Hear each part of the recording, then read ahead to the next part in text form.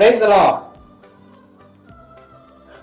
Part 1 பார்த்தோம், என்னுடைய நுகத்தை ஏற்றுக்கொள்ளுங்கள், நான் சாந்தமாய் இருக்கிறேன் என்று சொல்லி சாந்தத்தை குறித்து பார்த்தோம்.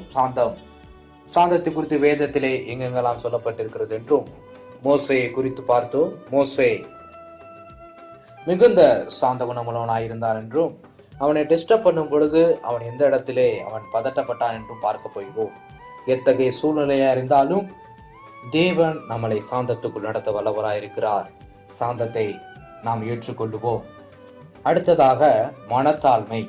என்னுடைய நுகத்தை ஏற்றுக்கொள்ளுங்கள், நான் சாந்தமும் மனத்தாழ்மையுமா இருக்கிறேன் என்று இயேசு கிறிஸ்து சொன்னார். சாந்தத்தை குறித்து பார்த்தோம். இப்பொழுது இரண்டாவதாக இந்த பார்ட் 2 மனத்தாழ்மை குறித்து நாம் பார்க்க போகிறோம். மனத்தாழ்மையை குறித்து பழைய ஏற்பாட்டிலும் புதிய ஏற்பாட்டிலும் ஒரு சில வசனங்களை பார்த்து விட்டு 2 நபர்களை குறித்து வேதத்திலே அவர்கள் மனத்தாழ்மையை குறித்தும் பார்க்க போகிறோம். சகரியா எடுத்துக்கொள்ளுங்கள். சகரியா 9வது அதிகாரம் 9வது வசனம், பக்கம் எண் 1098. சகரியா 9வது அதிகாரம் வசனம் 9, பக்கம் எண் 1098.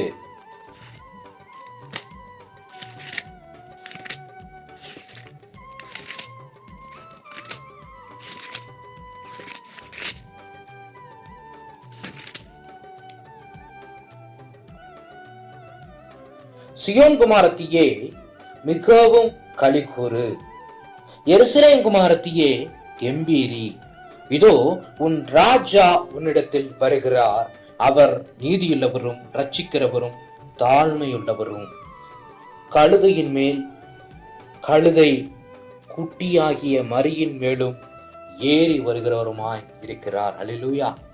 அவர் கழுதையின் மேலும் கழுதையின் குட்டியாகிய மரியின் மேலும் ஏறி வருகிறவருமாய் இருக்கிறார். இங்க பாருங்க, தாழ்மை. இதயத்தை பார்த்து சொல்லுங்க, இதயத்தை பார்த்து தொட்டு சொல்லுங்க, தாழ்மையாயிரு. பார்த்தோம் சாந்தமாயிரும் பார்த்தோம். இரண்டாவதாக மனத்தாழ்மையாயிரு. மனத்தாழ்மையை குறித்து பழைய ஏற்பாட்டிலும் புதிய ஏற்பாட்டிலும் என்னென்ன சொல்லப்பட்டிருக்கிறது என்று பார்ப்போம். இயேசு கிறிஸ்து இந்த பூமிக்கு தாழ்மையாய் வந்தார், முடிவு பரியந்தம் தன்னை தாழ்த்தினார் என்று பார்த்திருக்கிறோம். ஆம், நீதிமொழிகள் 16ஆம் அதிகாரம் 19ஆம் வசனத்தை பார்த்தோம் என்று சொன்னால், பக்கம் எண் 777வது பக்கம், நீதிமொழிகள் 16வது அதிகாரம் 19வது வசனம், பக்கம் எண் 777.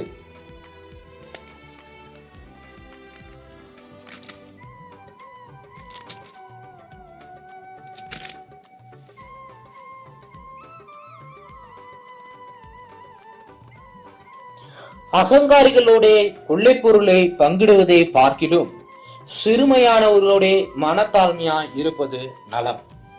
நாம் மனத்தாழ்மையாய் நடந்து கொள்ள வேண்டும் என்று வேதம் நமக்கு போதிக்கிறது. நீதிமொழிகள் 29:23, பக்கம் எண் 789. நீதிமொழிகள் 29வது அதிகாரம் 23வது வசனம், பக்கம் எண் 789. மனுஷனுடைய அகந்தை அவனை தாழ்த்தும், மனத்தாழ்மையிலோனோ கனம் அடைவான். மனத்தாழ்மையாய் நடந்து கொள்வதை தேவன் நம்மிடத்திலே எதிர்பார்க்கிறார். மீகா 6ஆம் அதிகாரம் 28வது வசனம், பக்கம் எண் 1079, பக்கம் எண் 1079.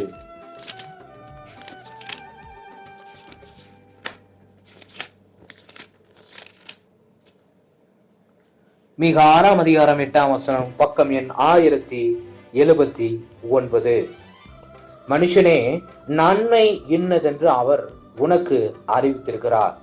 நியாயம் செய்து இரக்கத்தை சிநேகித்து உன் தேவனுக்கு முன்பாக மனத்தாழ்மையாய் நடப்பதை அல்லாமல் வேற எண்ணத்தை கர்த்தர் உங்களிடத்தில் கேட்கிறார். பாருங்களேன், ஆண்டவர் நம்மிடத்தில் என்ன எதிர்பார்க்கிறார்னா மனத்தாழ்மை. மனைவி கணவனிடத்திலே மனத்தாழ்மை எதிர்பார்க்கிறார். நாம் தேவனிடத்திலே மனத்தாழ்மையா இருக்க வேண்டும் விரும்புகிறார். பிள்ளைகள் பெற்றோரிடத்திலே மனத்தாழ்மையா இருக்க வேண்டும் என்று விரும்புகிறார். பிள்ளைகள் பெரியோர்களிடத்திலே மனத்தாழ்மையா இருப்பதை தேவன் எதிர்பார்க்கிறார். ஆம், நாம் மனத்தாழ்மையாய் நடந்து கொள்ளும் பொழுது நாம் கனத்துக்குரியவர்களாய் இருக்கிறோம். எவ்வளவு பெரிய உயரத்திலே இருந்தாலும் நம்முடைய இதயத்தை பார்த்து சொல்ல வேண்டும், மனத்தாழ்மையாயிரு. எத்தனை டிகிரி வாங்கியிருந்தாலும், எவ்வளவு வருமானங்கள் வந்தாலும் நம்முடைய இதயத்தை பார்த்து சொல்ல வேண்டும், மனத்தாழ்மையாயிரு.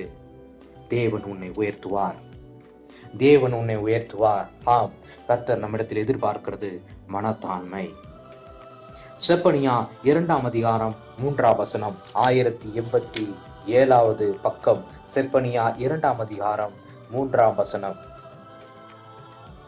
தேசத்தில் உள்ள எல்லா சிறுமையானவர்களே, கர்த்தருடைய நியாயத்தை நடப்பிக்கிறவர்களே, அவரை தேடுங்கள், நீதியை தேடுங்கள், மனத்தாழ்மையை தேடுங்கள். அப்பொழுது ஒருவேளை கர்த்தருடைய கோபத்தின் நாட்களிலே மறைக்கப்படுவீர்கள். மிகப்பெரிய சத்திய வசனம். கர்த்தருடைய கோபத்தின் நாட்கள் வரும் பொழுது கர்த்தர் உங்களிடத்திலே மனத்தாழ்மை இருக்கிறதா என்று பார்க்கிறார். நான் மிகப்பெரிய பரிசுத்தவான் இருக்கட்டும், நான் வேதத்தை 4 முறை படித்திருக்கிறேன் இருக்கட்டும், உங்கள் இதயத்தை பார்த்து சொல்லுங்கள், மனத்தாழ்மையாயிரு. நான் நிறைய டிகிரி வாங்கிட்டேன், ஓகே, உங்க இதயத்தை பார்த்து சொல்லுங்க, மனத்தாழ்மையாயிரு. தேவன் நம்மிடத்தில் அதை எதிர்பார்க்கிறார். கோபாக்கினி நாட்களிலே நீங்கள் மறைக்கப்பட வேண்டுமா?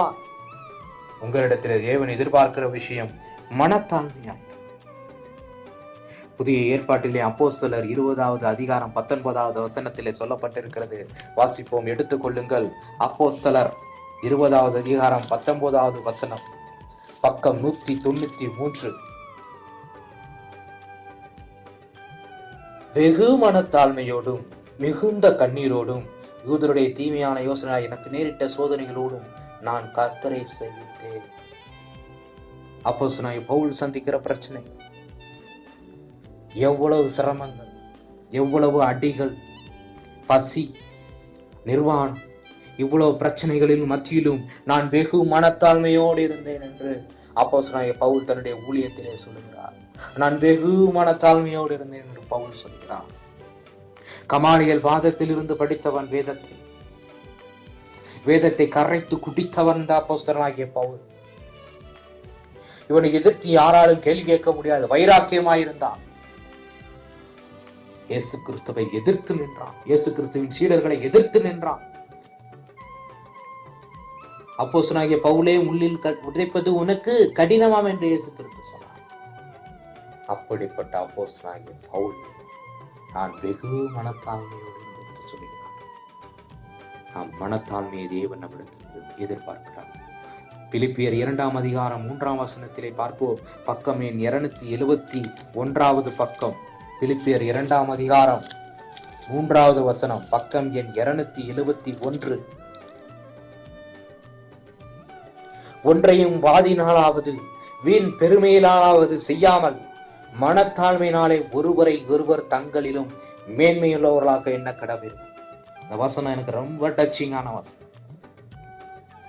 ஒன்றையும் வாதினால வீண் பெருமையினால செய்யாம மனத்தாழ்மையினால செய்ய. பெருமை வேண்டாம். ஏன் வீண் பெருமை? தேவன் நம்ம இடத்துல அதை எதிர்பார்க்க. ஒருவரை ஒருவர் மனத்தாழ்மையோடு தங்களிலும் மேன்மையானவர்களாக பார்க்க வேண்டும், தங்களிலும் மேன்மையானவர்களாக பார்க்க வேண்டும். நம்மிடத்திலே பழகுகிறவர்களை அவர்கள் ஏதோ ஒரு விஷயத்துல பெஸ்டா தான் இருப்பாங்க. சில விஷயங்கள் தெரியல, பரவாயில்ல, கத்துக் கொடுங்க. முடியலையா, விட்டுருங்க. ஆனா அவங்களை நீங்க மேன்மையாகத்தான் பார்க்க வேண்டும் என்று வேதம் சொல்லுகிறது. நாம் மனத்தாழ்மையா இருந்தா தானே மற்றவங்களை மேன்மையா பார்க்க முடியும். அப்போஸ்தலனாகிய பவுல் எழுதியிருக்கிறார் பிலிப்பியர் 2:3 தெளிவாக, ஒன்றையும் வாதினாலாவது வீண் பெருமையினாலாவது செய்யாமல் மனத்தாழ்மையினாலே ஒருவரை ஒருவர் தங்களிலும் மேன்மையுள்ளவராக பாருங்கள் என்று சொல்லுகிறார். கொலோசியர் 3ஆம் அதிகாரம் 12வது வசனம், பக்கம் எண் 277 மனத்தாழ்மை குறித்து பார்க்கிறோம்.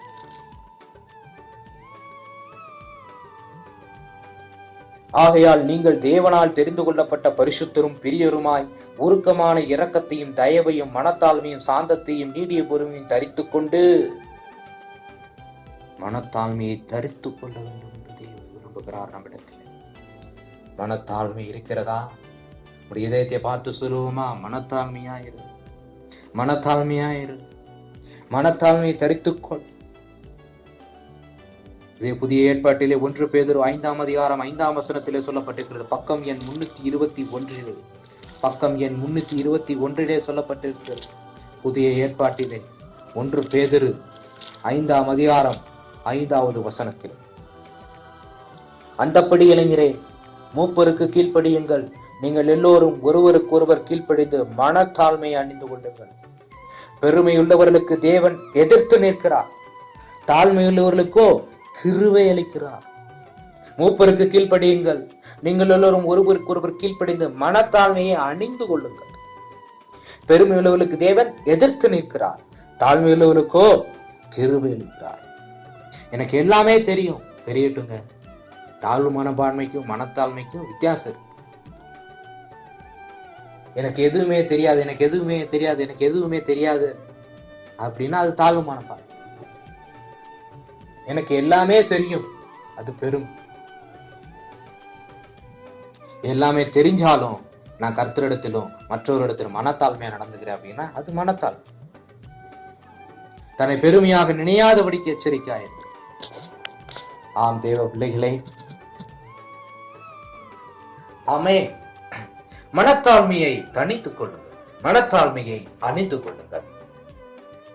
தேவ பிள்ளைகளே, பழைய ஏற்பாட்டிலே ஒரு மனுஷன் மனத்தாழ்மையாய் இருந்ததை குறித்து பார்க்க போகிறோம். இவர் ஆடுகள் மேய்த்து கொண்டிருந்தார். அவரை கர்த்தராகிய ஆண்டவர் அரசனாக மாற்றினார்.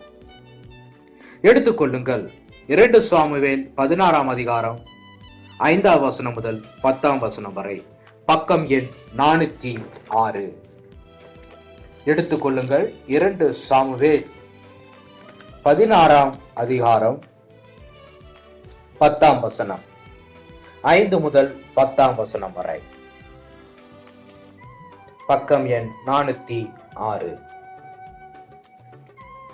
தாவீது ராஜா பகூரிம் மற்றும் வந்தபோது, இதோ சவுல் வீட்டு வம்சத்தானாயிருக்கிற கேராவின் குமாரனாகிய சீமேயு என்னும் பேருள்ள ஒரு மனுஷன் அங்கே இருந்து புறப்பட்டு தூசித்து கொண்டே நடந்து வந்து, சகல ஜனங்களும் சகல பலசாலிகளும் தாவீதின் வலதுபுறமாகவும் இடதுபுறமாகவும் நடக்கையில், தாவீதின் மேலும் தாவீது ராஜாவுடைய சகல ஊழியக்காரர்கள் மேலும் கற்களை எறிந்தான்.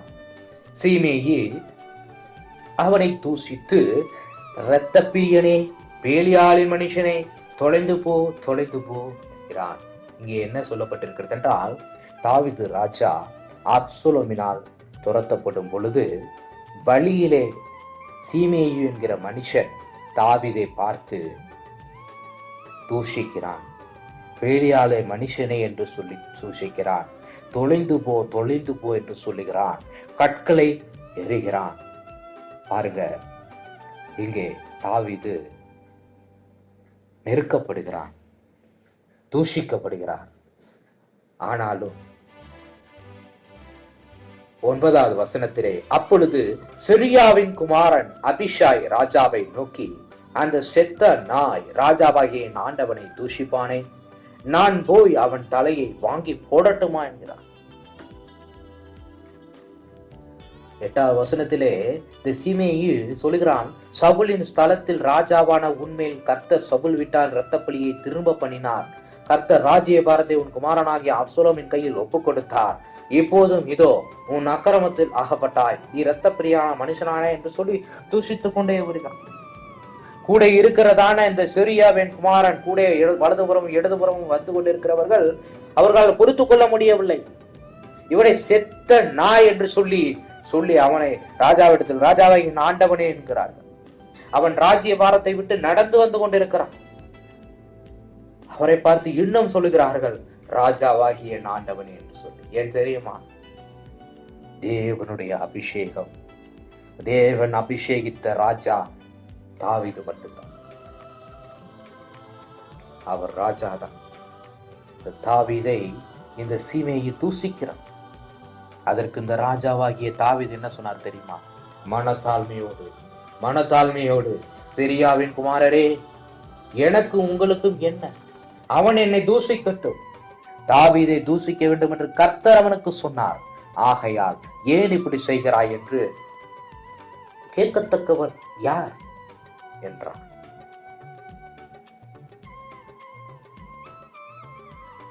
எவ்வளவு பெரிய மனத்தாழ்மை பார்த்தீர்களா? ஆம், நமக்கு நெருக்கங்கள் வரலாம், பிரச்சனைகள் வரலாம், தேவைகள் வரலாம். எவ்வளோ காலகட்டத்தில் எந்த சூழ்நிலையில் இருந்தாலும், நாம் ஆசீர்வதிக்கப்பட்டிருந்தாலும், பெரிய நிலைமையில் இருந்தாலும், நாம் ஆசீர்வதிக்கப்பட்டு தாழ்ந்து போன சூழ்நிலையில் இருந்தாலும், நம்மை நிறைய பேர் எந்த ஒரு பிரச்சனையை சொல்லி அவர் நம்மை தூஷித்தாலும் கூட, நீ நல்லா இருக்க மாட்டேன் என்று சொல்லி தூஷித்தாலும் கூட, நாம் மனத்தாழ்மையை சொல்லுவோம், கர்த்தர் இதை அனுமதித்தார். தாவீது அப்படித்தான் சொன்னார். இதே சீமையை எருசலேமிலே குடியிரு என்று சொல்லி வாழ வைத்தார் இந்த தாவீது. நம்மை தூஷித்தவர்கள் நாம் நினைப்போமா அவர் நல்லா இருக்க வேண்டும் என்று? ஆனால் இந்த தாவீது செய்தார். மனத்தாழ்மையோடு கூட இந்த சீமேயுவை எருசலேமிலே வாழ்ந்திரு, அங்கிருந்து நீ எங்கேயும் போகக்கூடாது அப்படின்னு சொல்லி இந்த சீமையை வாழ வைத்தார் இந்த தாவீது ராஜா. இரண்டாவதாக புதிய ஏற்பாட்டிலே ஆண்டவராகிய இயேசு கிறிஸ்துவை குறித்து பார்க்க போகிறோம். அவர் எவ்வளவு மனத்தாழ்மையாய் இருந்தார் என்று சொல்லி யோவான் 13ஆம் அதிகாரம் 14ஆம் வசனத்தை எடுத்துக்கொள்வோம். யோவான் 13ஆம் அதிகாரம் 14ஆம் வசனம், பக்கம் எண் 147. பக்கம் எண் 147. யோவான் 13ஆம் அதிகாரம் 14ஆம் வசனம் வாசிப்போம். ஆண்டவரும் போதகருமாகிய நானே உங்கள் கால்களை கழுவினது உண்டானால் நீங்களும் ஒருவருடைய கால்களை ஒருவர் கழுவ கடவீர்கள். இங்கே ஆண்டவராகிய இயேசு கிறிஸ்து நம்முடைய சீசர்களுடைய கால்களை கழுவுகிறார். அவர் பஸ்கா பண்டிகைக்கு முன்னே ஒரு பாத்திரத்தில் தண்ணீர் பார்த்து சீசர்களுடைய கால்களை கழுவவும் தாம் கட்டிக்கொண்டிருந்த சீலையினால் துடைக்கவும் தொடங்கினார் என்று வேதம் சொல்லுகிறது. இயேசு கிறிஸ்து இங்கே தம்முடைய சீசர்களுடைய கால்களை கழுவுகிறார். அதில் ஒரு முன்மாதிரி என்று சொல்லுகிறார். நான் உங்களுக்கு செய்தது போல நீங்களும் செய்யும்படி உங்களுக்கு மாதிரியை காண்பித்தேன் என்று சொல்லுகிறார். நானே இப்படி செய்கிறேன் என்று சொன்னால் நீங்களும் செய்ய வேண்டும். என்ன எதை குறித்து சொல்கிறது என்றால், மனத்தாழ்மையாயிருக்கு. ஒருவரில் ஒருவர் மனத்தாழ்மையாயிருக்கு. ஒருவரில் ஒருவர் தங்களிலும் அவர்களை மேன்மையுள்ளவர்களாக பாருங்கள். நாம் கால்களை கழுவும் போது பார்க்கிறோம், கால்களை கழுவும்போது அவர் நிற்கிறார்கள். அவர்கள் தன்னை விட அவர் உயர்ந்த இடத்தில் இருக்கிறார்கள். தன்னை விட அவர் உயர்ந்த இடத்திலே அவர்களை உட்கார வைத்துதான் நம் கால்களை கழுவுகிறோம். இது ஒரு முன்மாதிரி. அவர்களை உயர்வாக எண்ண வேண்டும். தன்னை விட வயது மூத்தவர்கள் முன்பாக நாம் மனத்தாழ்மையாய் நடந்து கொள்ள வேண்டும். தேவனாகிய கர்த்தரிடத்திலே மனத்தாழ்மையாய் நடந்து கொள்ள வேண்டும். அவர் இல்லாமல் நம்மை யாராலும் உயர்த்த முடியாது. நம்மை அவர் கண்களுக்கு முன்பாக நம்மை அவரிடத்திலே தாழ்த்துவோம். கண்களை மூடும். தேவன் நம்மோடு பேசியிருக்கிறார். பார்ட் 1 சாந்தத்தை குறித்து பேசியிருக்கிறார். பார்ட் 2 மனத்தாழ்மையை குறித்து பேசியிருக்கிறார். எப்படிப்பட்ட தேவன்! நம்முடைய தெய்வம் பேசுகிற தெய்வம். என்னுடைய நுகத்தை ஏற்றுக்கொள்ளுங்கள் என்று சொல்லுகிறார். நான் சாந்தமும் மனத்தாழ்மையுமா இருக்கிறேன் என்று சொல்லுகிறார்.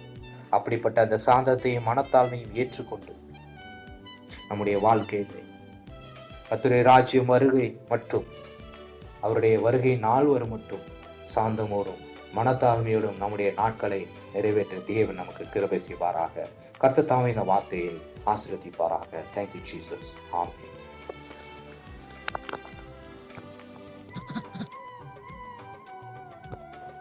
பார்ட் 1 பார்ட் 2 ரெண்டையும் கேட்டிருப்பீங்க. என் நுகத்தை ஏற்றுக்கொள்ளுங்கள், நான் சாந்தமும் மனத்தாழ்மையுமா இருக்கிறேன் என்ற வார்த்தையின்படி நீங்கள் சாந்தமும் மனத்தாழ்மையை நடந்து கொள்ளும் பொழுது கர்த்தர் நிச்சயமாக உங்களுக்கு இளைப்பாறுதல் தருவார். இந்த சேனலை நான் ஃபஸ்ட்டு முதல் முறையாக பார்க்கிறேன் அப்படிங்கிறவங்க இந்த சேனலை சப்ஸ்கிரைப் பண்ணுங்கள், லைக் பண்ணுங்கள், உங்கள் ஃப்ரெண்ட்ஸுக்கு ஷேர் பண்ணுங்கள். இன்னும் ஆவிக்குரிய நாட்களில் வளர இந்த வசனங்களும் வார்த்தைகளும் உங்களுக்கு பிரயோஜனமாக இருக்கும் என்று நம்புகிறேன், விசுவாசிக்கிறேன். தேங்க்யூ. Praise the Lord.